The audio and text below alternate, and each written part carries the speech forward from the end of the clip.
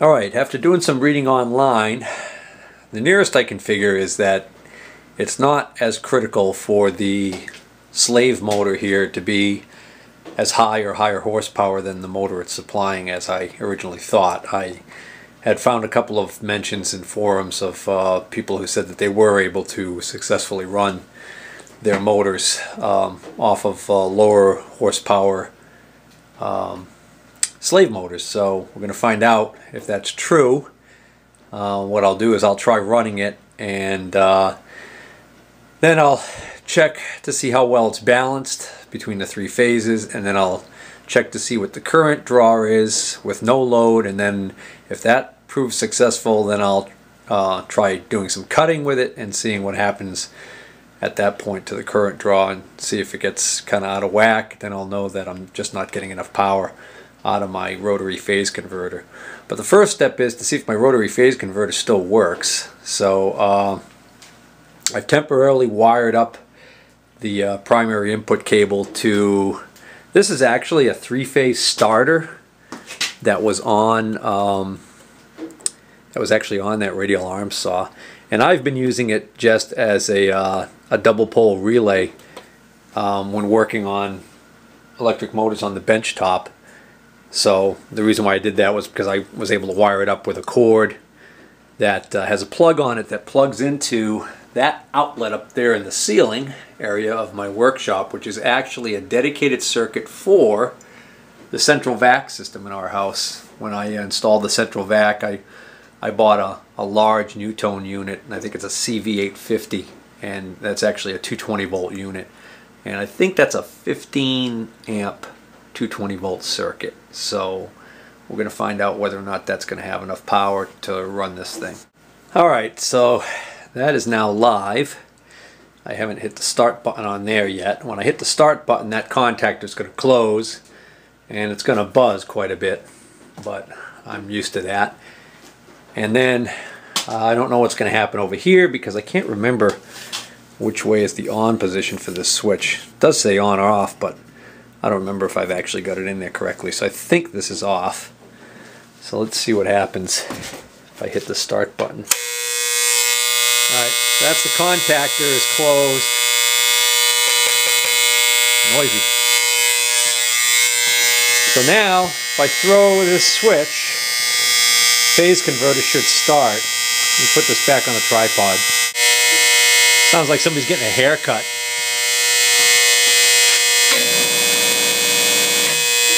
You'll notice when I turn it on, well, I don't know if you can see that or not, but the motor shaft actually turns really slowly, and it runs and it vibrates strangely. And that's one of the problems I was having with this rotary converter ever since I built it. I think that the capacitor I have in there in the start circuit is a little undersized, and that might be why it does that. But what I found is that sometimes you let it run for a second, it'll start on its own, or I also found that if I let it run, you just actually went the other direction. If I give it a spin,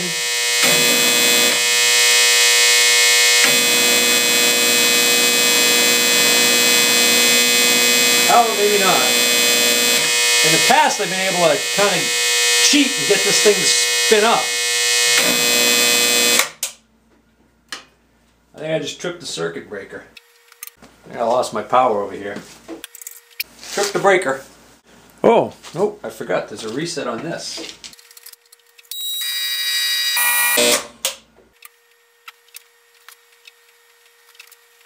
Smell something burning. Contactor. Oh, I figured out what my problem is.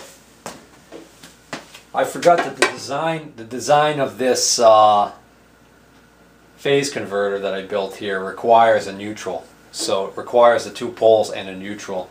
The neutral actually runs over to the potential relay circuit. So no wonder why I can't get this thing to start. So unfortunately I can't run it off of that outlet I wanted to run it off of, because that outlet is strictly 220 with no neutral. Happy New Year, everybody. It's New Year's Day 2015, and it's about 8:30 in the evening, and I'm just down here. I just finished up temporarily wiring in a 20 amp double pole breaker here, and I've got the Romex coming out, going over to my phase converter, which is just sitting over here on a chair right now. Obviously, it goes without saying, do not do any wiring like this. This is very unprofessional, and this is only for temporary testing purposes only. Please do not do any of the stuff that you see I have done here. This is wrong. All right. So enough with the lectures. So what we're going to do is we're going to fire this up, and hopefully now that I have a neutral wire going to my phase converter, hopefully my phase converter will work. If it doesn't work, it means I may have fried the potential relay, because I think the potential relay might have had a 120 volt coil, and by having the neutral missing, I may have inadvertently fed 240 to the coil and fried it. So without further ado, let's flip this breaker on. Alright, so now we've got power going up to the double pole switch, which is the input on the converter, and now I'm going to reposition the camera before I fire it off. Alright, so you can see the motor shaft right behind here, and what I'm hoping is going to happen is when I flip it on, it may growl a little bit and the shaft may spin slowly at first, but hopefully it'll kick on and kick up the speed, and that'll mean that the potential relay can drop out and it'll operate. That's it.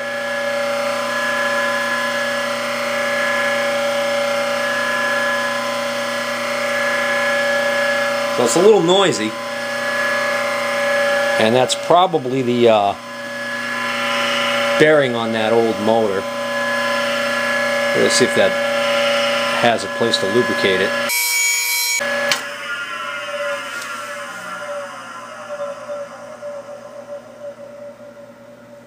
Yeah, there's actually a couple of almost like set screws that you can remove, and I think that's where you can actually get some oil in there. So maybe I'll oil that. Well, interestingly enough, I just removed that little screw and there's grease underneath there, so I guess I won't be putting oil in there after all. I'm going to get a little bit of grease and put it in there, top that off, screw the screw down. That'll force the grease in to where it needs to go, hopefully. Then maybe I'll back it out and do that one more time. Alright, I didn't put any grease on the other side yet. I'm just curious if it's going to be better.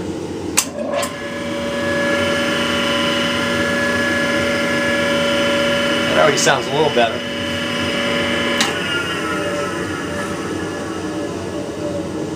I think ideally I would want to take this cap out and do the same thing on this side. Either that, or I would want this cap out while I was pushing the grease on this side, so that any trapped air would have someplace to go. Also, old grease, I guess, would squirt out there. In theory, I'm not really familiar with this style of lubrication on a motor. Oh, now you might be wondering, well, why don't I just take that other screw out? Well, actually, it's kind of, I guess it is accessible because it's at an angle, but it's kind of a pain because of the way the switch box is in there. I did take this one out on this side. I wasn't able to get any grease to come out by forcing grease in the other way. Those screws don't go in very far anyways. I think probably the way to lube those would be to have a fitting that you could screw into there with a Zerk on it, and then pump some grease in there with a grease gun maybe. Let's see how that sounds now. See, that's how it doesn't start right away, it does that.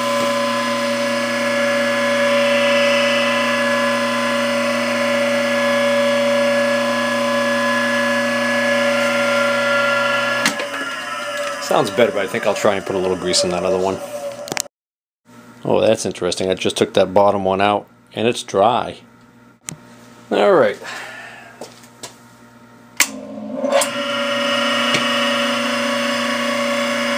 It sounds about the same as it did before I forced grease into that bottom one. So I think that's going to be as good as it gets. Well, was fortunate enough that when I threw out and junked that three-phase radial arm saw, that I took the time to take the plug and keep it, because these plugs can get kind of pricey. This is a 20 amp three-phase plug. On the back here, it's actually got a symbol that says 3, and it looks like a 0 with a line through it, but I think that's actually a Greek letter and has something to do with denoting that it's three-phase. On the back here, the other giveaway that's three-phase, well, besides the fact that there are 4 prongs, so on the back here where you wire it up, it's actually labeled Y, X, Y, and Z, which is how they often label the independent phases, and then G for ground. Now, the as far as wiring it goes, just make sure the ground wire goes to the G, and then any one of these can go to any one of the X, Y, and Z. And then if the motor rotates in a direction that you don't want, all you have to do is switch any 2 of those, and that should reverse the direction of the motor rotation. Throat on the cutters on these are not deep enough to facilitate cutting of the wire.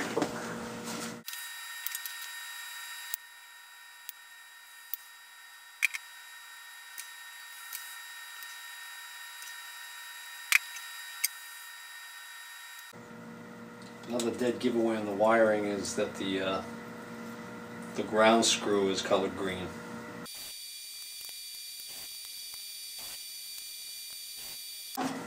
It's a lousy screwdriver I'm using on those screws.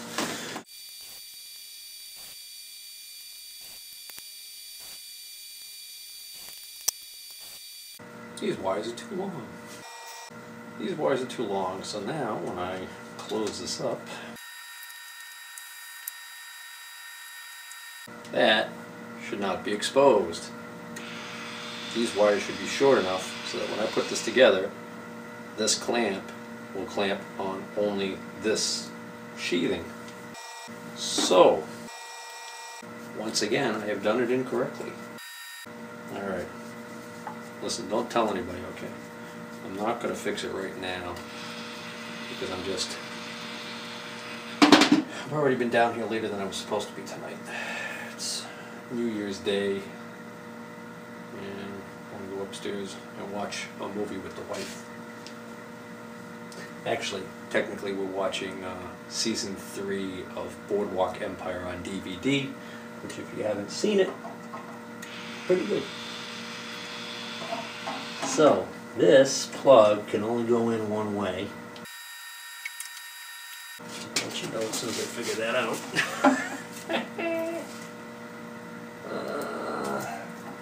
Okay, it's this one.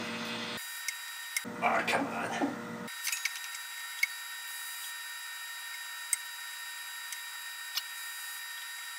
I could have sworn this is the plug that I took off of that saw.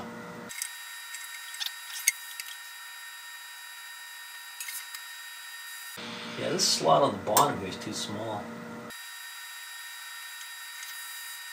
That slot is too narrow for this to go into. I've got the wrong plug.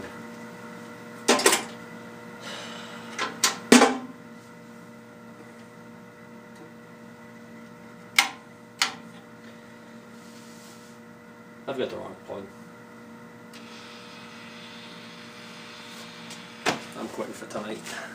Well, I was going to go down to the electrical supply house and get either a new plug to go on there that will fit that receptacle, or a new receptacle that the plug that I have will fit into. And then it occurred to me, why don't I just wire it up temporarily with wire nuts, splice the wires together so I can test it, because I'd hate to go and buy the electrical outlet, spend the money on that, come back here, put it all together and find out that it's not going to work, and then I end up having to buy a variable frequency drive or something like that, which I may end up doing down the road anyways. So I'm going to turn the breaker back on now. Alright, so I've got the control for the mill in the off position, so I'm going to turn the phase converter on, and then once the phase converter starts, I'll try and turn on the mill. If I hear any unusual noises coming out of that motor in any way, I'm going to immediately stop it, because that might indicate that there's a problem with the three-phase power that I'm getting from my phase converter, and it could result in me damaging the motor. I certainly don't want that. That's what I mean about sometimes it doesn't want to start. It took me 2 tries to start the phase converter.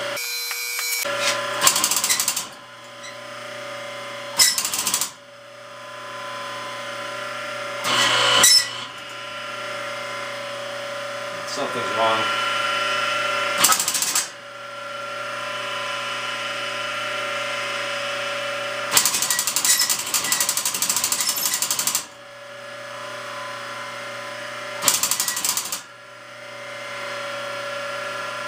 Something is definitely wrong. Let me show you what's going on inside that box.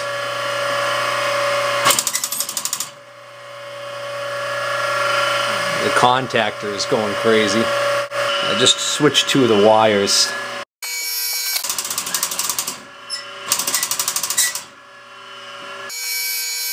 A screeching noise.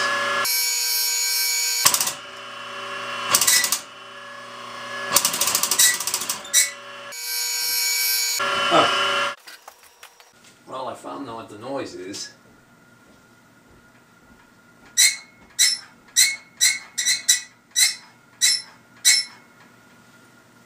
One of the fan blades is just touching this shroud. Well, that was just a simple matter of loosening one of the bolts and loosening one of the cover bolts here and pushing up on the cover a little bit. It seems to have corrected that, but I can't believe for a moment that that has anything to do with my problem.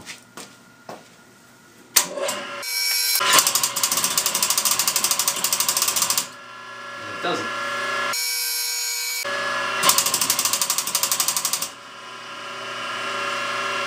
It's starting to turn better.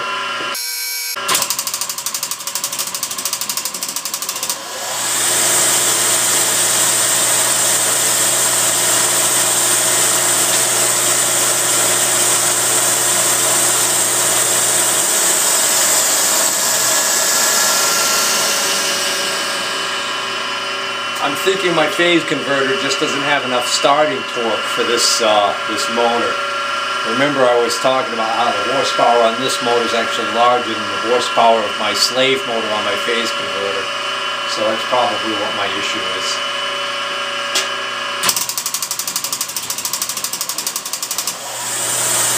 Once it spins up, it seems okay.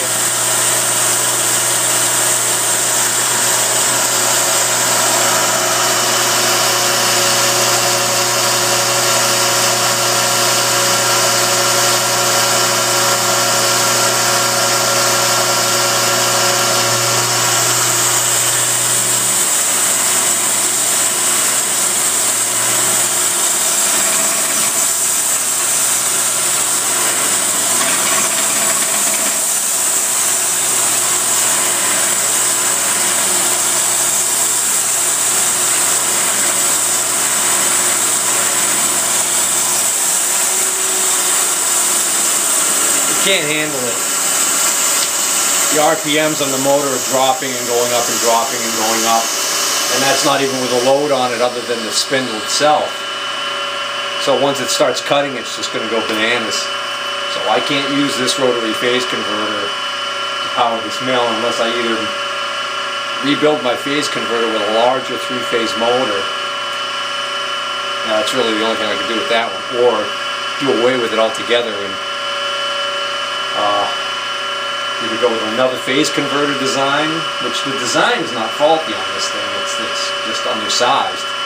And it wasn't undersized when I built it for the purpose that I built it for, because I built it to run a radial arm saw. So, and then of course the VFD is the other option. The pricing VFD is a 3 horsepower VFD. I forgot, was this a 2 or 3 horsepower motor? I forgot what size motor this was.